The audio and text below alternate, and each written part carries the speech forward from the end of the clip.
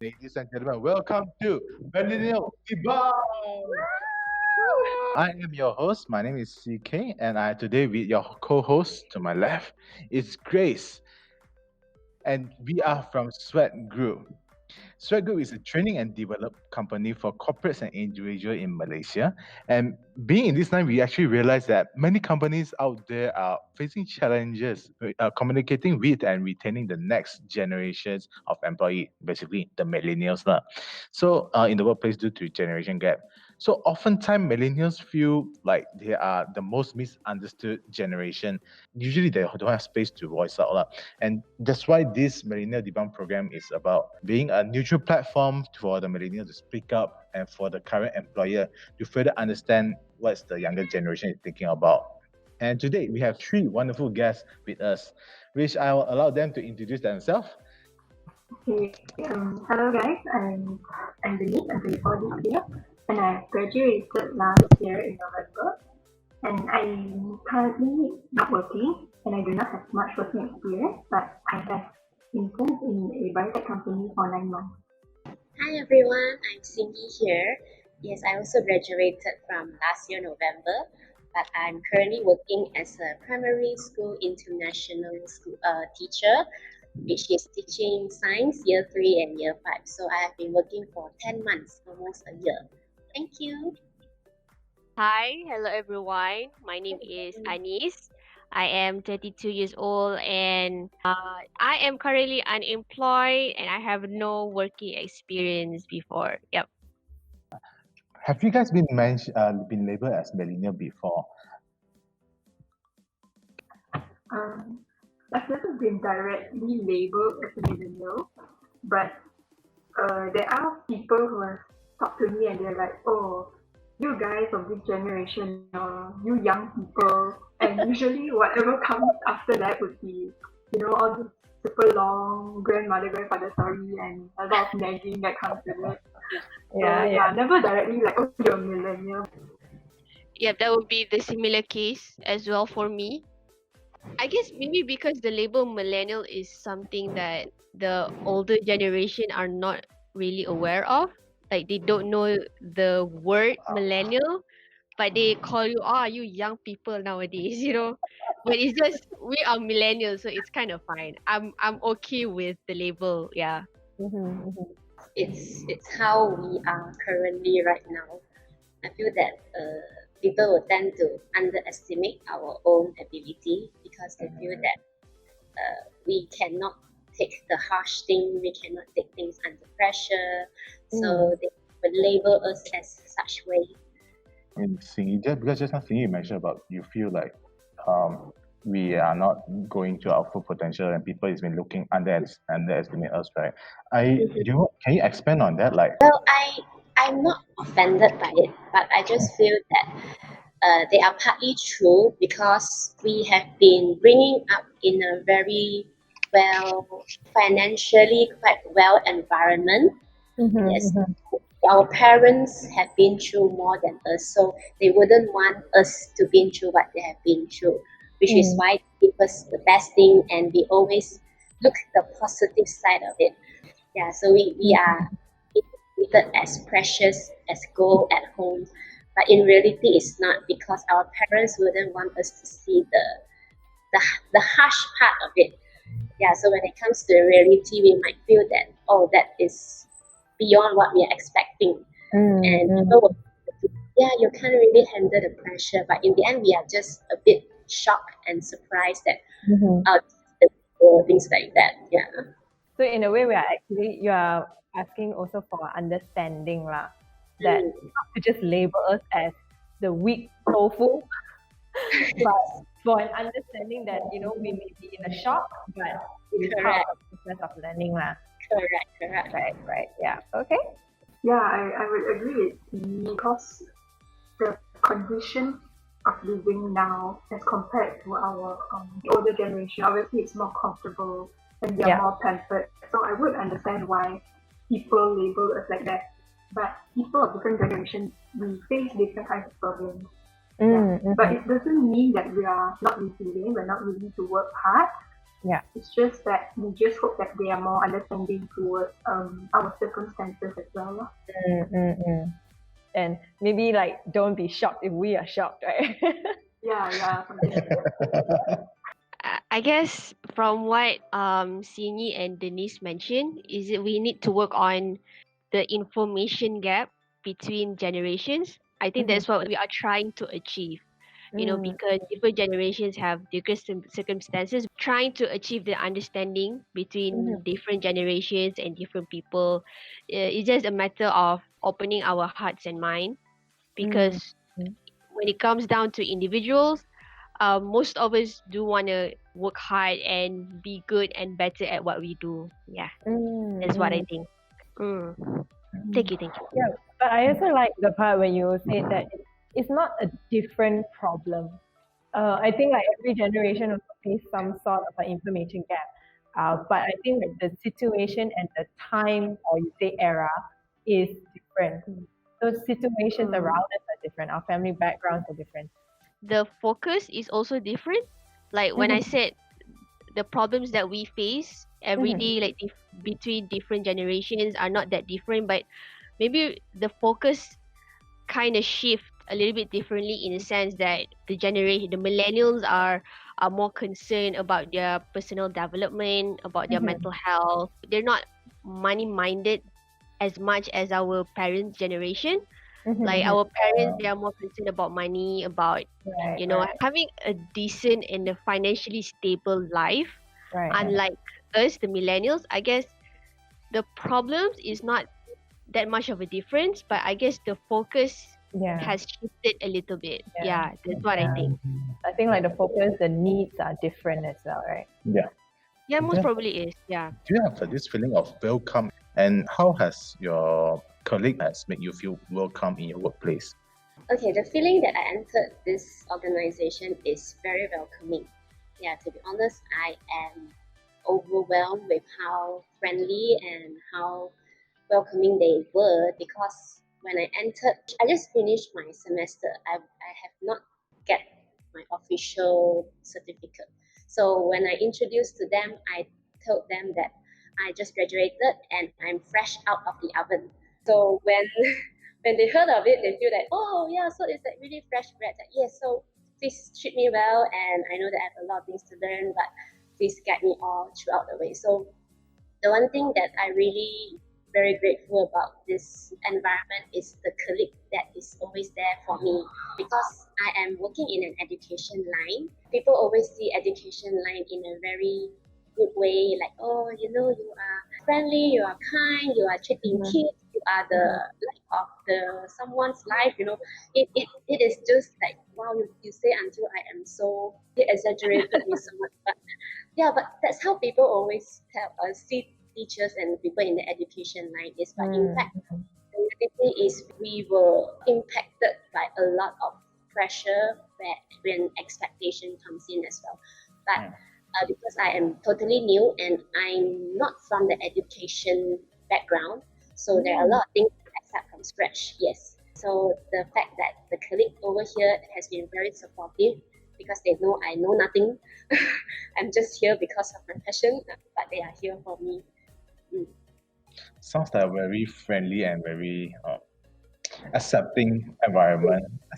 Yeah, I would say mine is similar to TV. When I first went there, I was actually quite worried, because although I study biotech and I will be in a biotech company, but I was going to be placed in a department which is not relevant to my studies at all. So I was going to be worried, like, how am I going to apply my skills? How am I going to contribute to the company? How am I going to help them? But they were all really nice, really welcoming. They were willing to teach. And because I would say it's a relatively small company, about less than 100 people. So we are actually like very close-knit, you know. They are willing to help you. And like, for example, we always sit together during lunch and we just chit-chat, or when we just bump into each other at the pantry or something. We share a lot of stories, a lot of laughter, and also a lot of hardships also, I would say, because there is no such thing as no hardship at all. So they are very welcoming. They're also very supportive. Like, they're also very understanding that, okay, although you do not have any background, they're more than willing to help you. All you have to do is just ask. So Anis, I want to ask you, what's your Hmm. expectations on your future workplace now that you listen to Singi's and Denise? Yeah, loving environment, that's for sure. A working environment where like I can seek out personal development to do things that can develop me in my career and also in my life as a person. So I think that environment would be the biggest expectation that I have for now. Other than that, of course, supportive and friendly colleagues. I got a question. Oh yeah, sure. Yeah. Okay. Actually, it's to all of you guys because I hear supportive and people who are okay with teaching us. But I want to ask to make you feel welcome. Is it only just people who are supportive and understanding and teaching in work, or would you prefer to have that personal relationship with them, or are you guys okay with not having personal talks? But as long as they are nice in work, then you feel okay already. For now, I don't think so. I'm expecting like personal talks. Just having that healthy and honest relationship with them, like where we can just like exchange ideas and they can support me also in a sense that they can tell me whether it's good or not. So it's more of like the freedom to speak out your ideas, exchanging ideas, and then being able to be honest with it. Is it? I think same goes to what Anis has shared because I think it's always the first impression that people give to us. So first impression is not about personal relationship yet. It's more towards how this behavior of the person act on us. So as long as the sincerity to really tell us what is right, what is wrong, and it is meant for us to be good, then I think that is the good start as a welcoming personal relationship. Of course, I would expect in another few months later. So it will take time. It will take time. Okay. So Singi, for you, you do expect that personal, you can form a friendship in the. I would expect because I feel I'm an emotional type of person. I'm a Same. people High High five. which is why I'm in the education line. Okay. Because I'm a people-oriented person. If I don't find a personal relationship, I might not be able to stay until now. Yeah, I would agree with both of us. Like in the beginning, the first impression might not be the same as how people eventually are. You might have a good first impression, and you might find out eventually that it's not what they portray. And I hope to be able to develop a personal relationship with a few of my colleagues because you're going to spend a 9 to 5 job like 5 days a week. You're spending most of your time with them. So I feel that they would be more understanding of what you are going through at your work. I'm thinking I heard from Cindy that if she doesn't build the relationships, she will find it difficult to stay. What about Denise and Anis? If you are not able to build personal relationships, would you still be staying? I would actually agree with Cindy because I feel that it's important to build a more in-depth relationship because I'm a very sensitive person. So I feel that if I have someone to relate to me, to be able to support me along the way. Within how long would you expect to be able to build personal relationships? Because you said 3 months, you talked about that. Oh yeah, I would expect around that duration as well because I feel that once I can click with someone, it's very easy for me to just develop a personal relationship. But if I don't get along with someone, it's just that I don't vibe with them. No matter how long it takes, it just won't develop. It won't happen. Yeah. So I think 3 months is enough. Yeah, looking at what Sini and Dennis have mentioned, I think it is important to develop a personal relationship with your colleagues in the workplace because when you understand them, not just as a colleague but as a person, it helps your relationship with them because you understand this is why they think and act a certain way.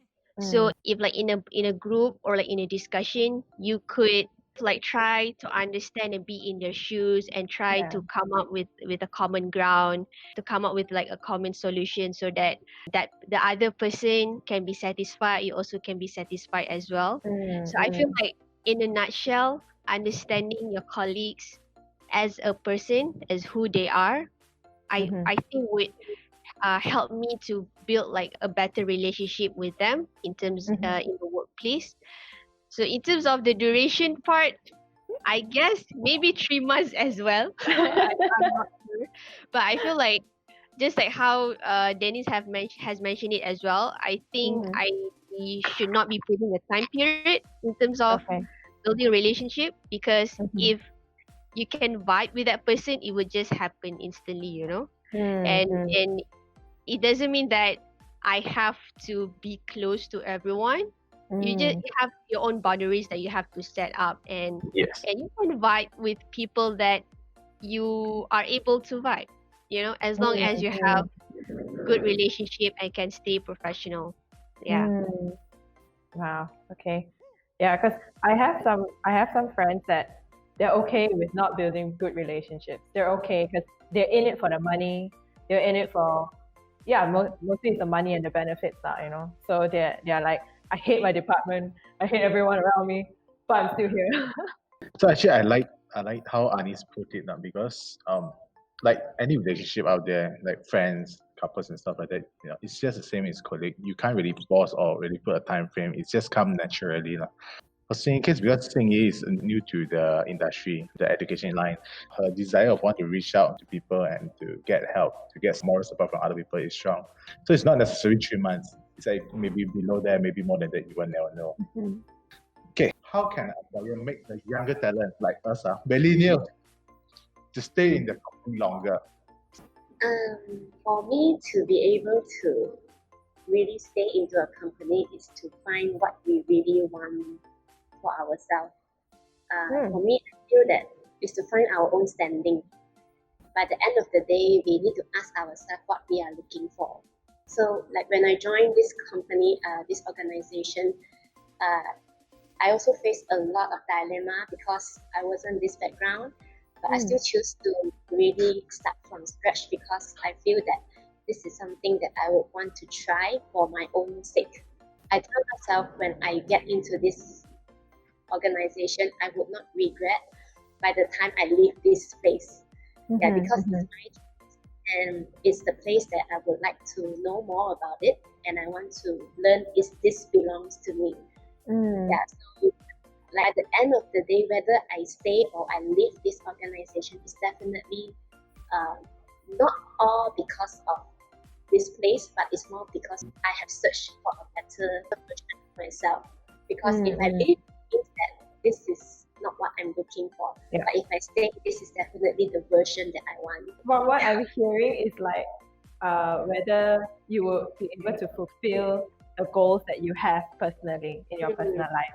So I think that if your values, your beliefs, and your goals are aligned with the similar one with the company's one, you would stay like. For me, I would say like a personal relationship is important. Being comfortable with the working environment is also very important. I want to be able to continue challenging myself, to be able to learn new things. So if a company allows me to different projects, so I can dip my toes into different types of waters, like different areas, that would be a very nice opportunity as well. For me, I'm not really much on a monetary pursuit, but I want to be able to contribute to the company, and at the same time, I want to be feel appreciated. Not just monetary compensation, we give you bonus, we give you pay for OT, but more of a personal touch to it. Yeah. So Anis, just now I mentioned about how the employees can make us stay in their company more. I want to ask, what are you looking for in a company? Like the ideal company that you want to enter. Have you thought of it? Because when I apply for jobs, I don't really look at the company, but more like the line of the job. that I'm Oh. applying for, to be honest. Mhm. Yeah, because I guess in a sense that I cannot be too picky in terms of the company, but more on the line of the job because I need that exposure and experience first. Yeah, as long as the company able to provide me with the necessary career development in that line of job that apply, I think that for the first step should be sufficient for me lah. Yeah. Yours will be similar with the needs about career development, about challenges, and increasing your learning over the time. So this question, I think, referring to Denise, what she mentioned about feeling appreciated with a personal touch. May I ask further, what does it mean by a personal touch? How would you want to be appreciated with a personal touch? What is a personal touch to you? Touch. For me, a personal touch would be like, let's say your superior comes and say, oh, I think you did a good job. You can improve on this and this. More of like a communication kind of appreciation, something you show through your body language. And also, it would be good if the upper management can see how much effort the staff putting into, and they just express their gratitude for how the staff are working so hard. It's not like about pay, as I mentioned just now, but something like just to show that you appreciate and you value them in your company. So from what I'm picking up, it's more like a communication personally, like let's say verbal affirmation or acknowledgement instead of just like a certificate say, oh, you did a good job and just pass to you. Not that kind of. Yeah. I just prefer a more like a verbal gratitude kind of thing. Because then that person really meant it. What about you guys? What are a personal touch of appreciation to you?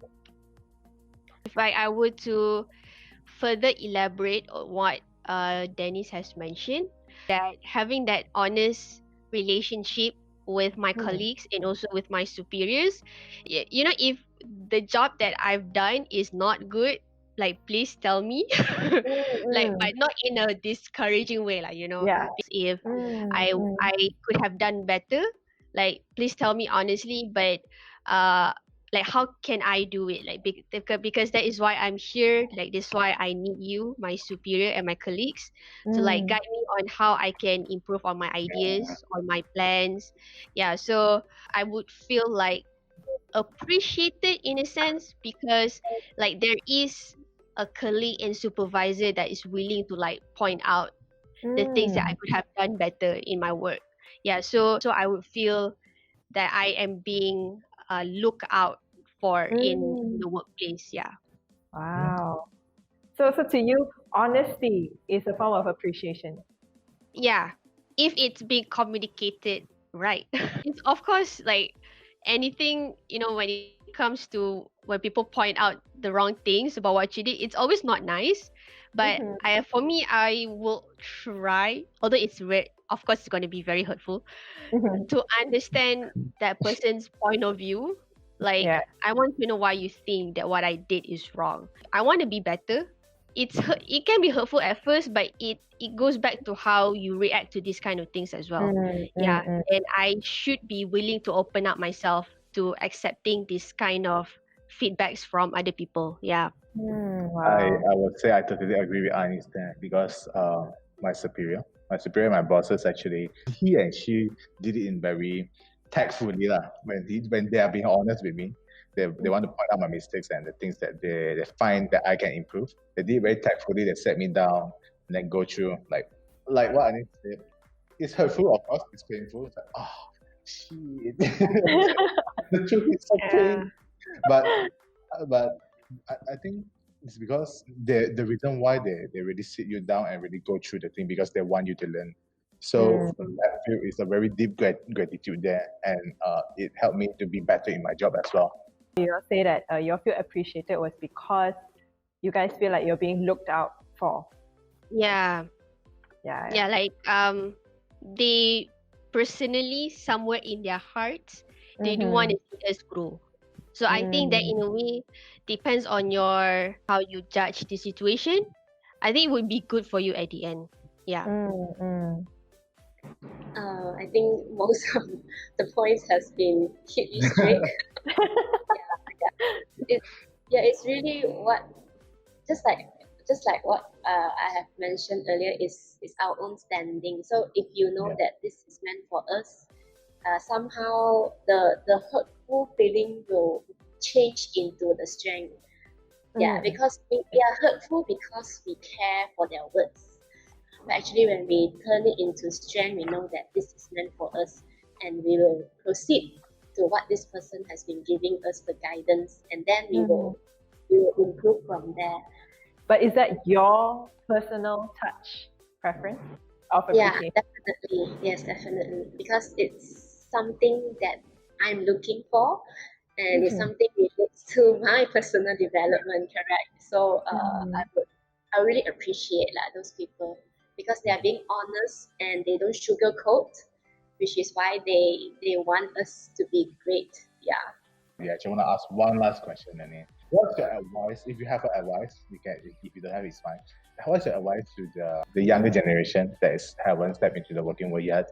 What is your advice to them so that they will be prepared for the world? I would say my advice is because we are dealing with people. Sometimes you have to try to view from their perspective and try to understand why they think that way. Just to rationalize. Don't be so quick to judge, but try to understand why is it that they're treating us this way. And also, I feel that's also very important to put a lot of hard work into your work. Try to push yourself, try to learn new things, gain new experiences, and most importantly would be to love yourself. It's important that if a company doesn't love you, you need to set it for yourself. Okay, our goals are not aligned. We are not trying to meet the same end. So you must make the decision to let go. And I think I want to add on. Just now you mentioned about something about asking, knowing more, getting more experience. I would say adding one. Feel free to ask. Have the courage to ask. Have the courage to ask for what you don't That's very understand. important as well. Because most of the time, I noticed that most of the millennials there, I won't say just millennials, not just millennials, I think all the people are afraid of making mistakes, afraid of asking, afraid of taking that step. You know that in your mind, something in your mind, you know that if you ask this question, you get the answer, the problem is solved. But because of the fear of like, yeah, I might hurt this guy. Oh, yeah, this guy might view it differently. Yeah, I believe you guys Yes, get it. I agree. Because I feel that by asking, it's only by asking that you will get to learn new things. And through that, only then you are able to grow and better yourself. So I agree with you. Asking is also a very important thing that we must all learn how to do. If you're not sure, ask. Don't just jump to conclusions or just do it the way you want. So I agree with you. I believe Singy also agree on the term like if you don't know you should ask, right? Because you're in the education, right? Yeah, definitely. Yeah, so if you ask me to give suggestion, right, suddenly I feel that, oh, I'm so old. To be able to give advice to the upcoming generation, like, oh no, all right. No. It's like, yeah, because I'm currently teaching these kids. It's 10 years younger than us. I have to say they are completely a different world from us. What they have is the imagination and the virtual world that they want it to be. But sometimes we find it very difficult to pull back to the reality. Very hard. And then the expectation they have is always the nice things, the best things, the fastest things. So when we talk about the theory behind it, they don't seem to accept. Yeah, they just find it, why not? Because now you see just one click, everything's settled. So they find it like, why not you just tell me the answer just straight away, straight to the point like that. It's really to pause and think what you are and where you are right now. And is it achievable? Is it doable? Can you make it? And if you can, how are you going to do? Yeah, it's how. They always want the what and the why, but they don't know the how. So if why is it not working, so how can I make this work? Turn it into how the progress of learning actually comes easier. So what I'm saying right now is like the quality of the question we ask changes the quality of our life, right? Correct. Yes, yes. I would say it's very important whether we ask it correctly and then how are we going to ask. Even if we don't know, the question that we ask is also very important because sometimes people don't answer. It's not because of the question you keep asking, but it's sometimes the phrase that you use is not tally to what people expect. Yes, so if you have a question, always think in how are you going to phrase it in a way that you can find your own answer. How do I do this? Yeah. So in a way that when people hear, they know that you are sincere and you are there to learn. Instead of keep asking what's the answer, can you tell me why? See's sharing, by the way, is very interesting. Yeah, and I have to say, I always salute the work of a teacher. It's a noble job. I totally agree with what Sini mentioned because I think she focuses more on the how part, like how can we do something like to come up with a solution. I guess for me, I'm more of a why person. We are not encourage or instill with this feeling of curiosity. For me, the curiosity is something that I pick up ever since I was a little kid. So whatever I do, like would it bring benefit to other people? Like why am I curious about this? Like I will try to research about certain things first before I can like plan it out or like talk it out with other people. Because that's the thing, like because life is not about everyone just putting the answers on the plate. It's something that you have to figure out and plan it out Yeah, for yourself. yeah. I like your input on how to retain millennials or how to make you feel appreciated. Yeah, not just monetarily, but encouragement and as well as honesty with respect that will help us to develop. And also for the millennials, the younger generation coming up, would be don't be afraid to ask, just continue being curious, but also don't stop there. Think of the how on your own. Start thinking of the how. I think also because when you start thinking of the how, even when you ask people, people are more willing to help you because they know they are not spoon feeding you. Yeah. So thank you guys so much for your input. It's really, really good. Yeah. And I just want to add on because of your courage to hear and speak out, right? I believe that we actually are one step closer to bridging the gap between the generations, the older Yeah. generations, us, and the younger generations as well. Mhm. And also, thank you for those who tune in to watch this video. I hope that today's sharing are able to shine some light on the millennials about the millennials. And with that said, that's all for today. I'll see you guys in the next video. Bye bye.